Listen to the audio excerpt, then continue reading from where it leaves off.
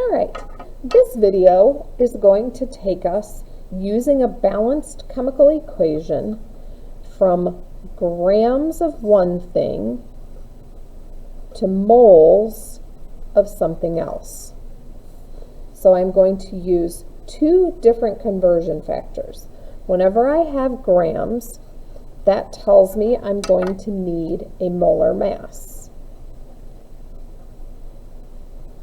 Whenever I have moles of one thing to moles of another, that's when I need my mole ratio.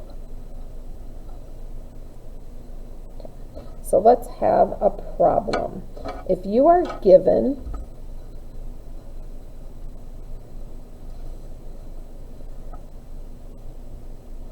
let's start this a different way. If you made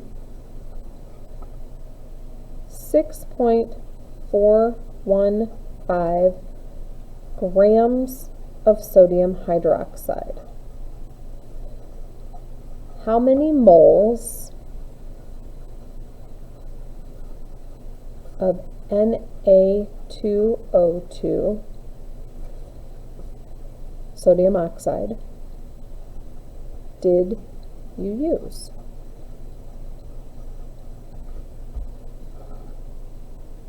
Okay, so we're going from grams of one thing to moles of something else. So again, I underlined what I started with, and then I wrote, circled what I'm trying to find. So 6.415 grams NaOH is where I begin. Now I'm going to build a picket fence and take this label, grams NaOH, and put that on the bottom. So if I have grams on the bottom, remember, I must have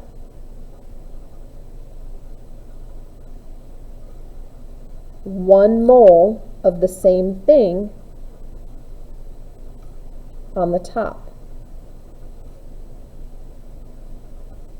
Why? Because this is a molar mass.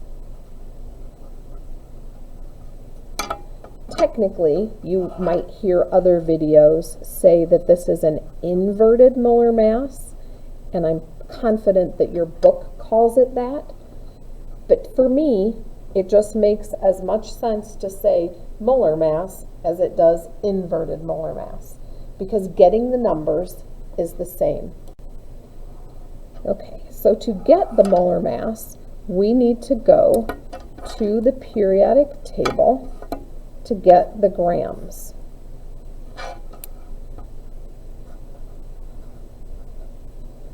So looking at my periodic table, the mass of sodium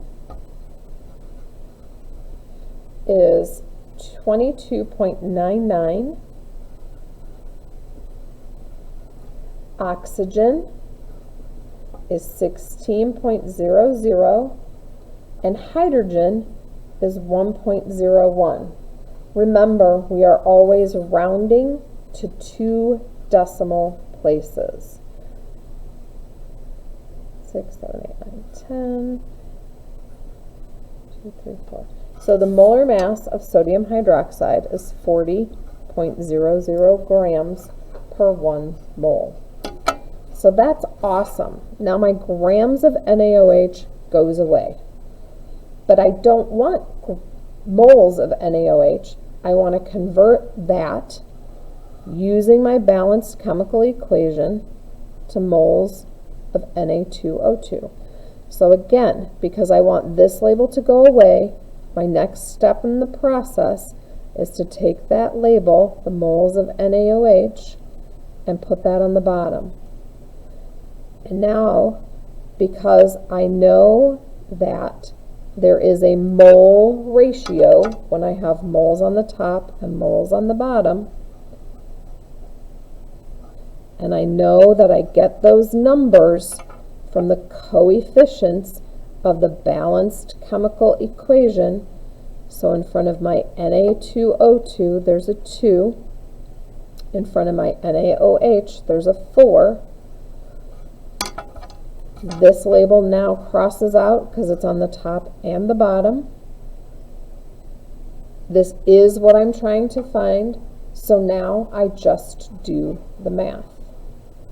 So let's put this in our calculator. And what we're going to do here is we are going to take 6.415 divided by 40 times 2 divided by 4 equals.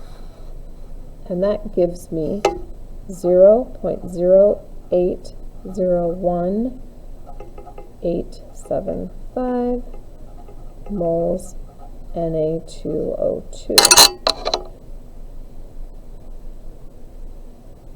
So then, looking back again for sig figs, my original data has 1, 2, 3, 4 sig figs.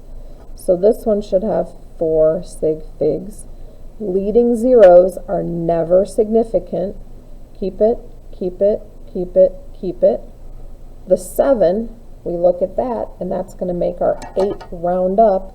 So my final answer is 0.08019 moles Na2O2.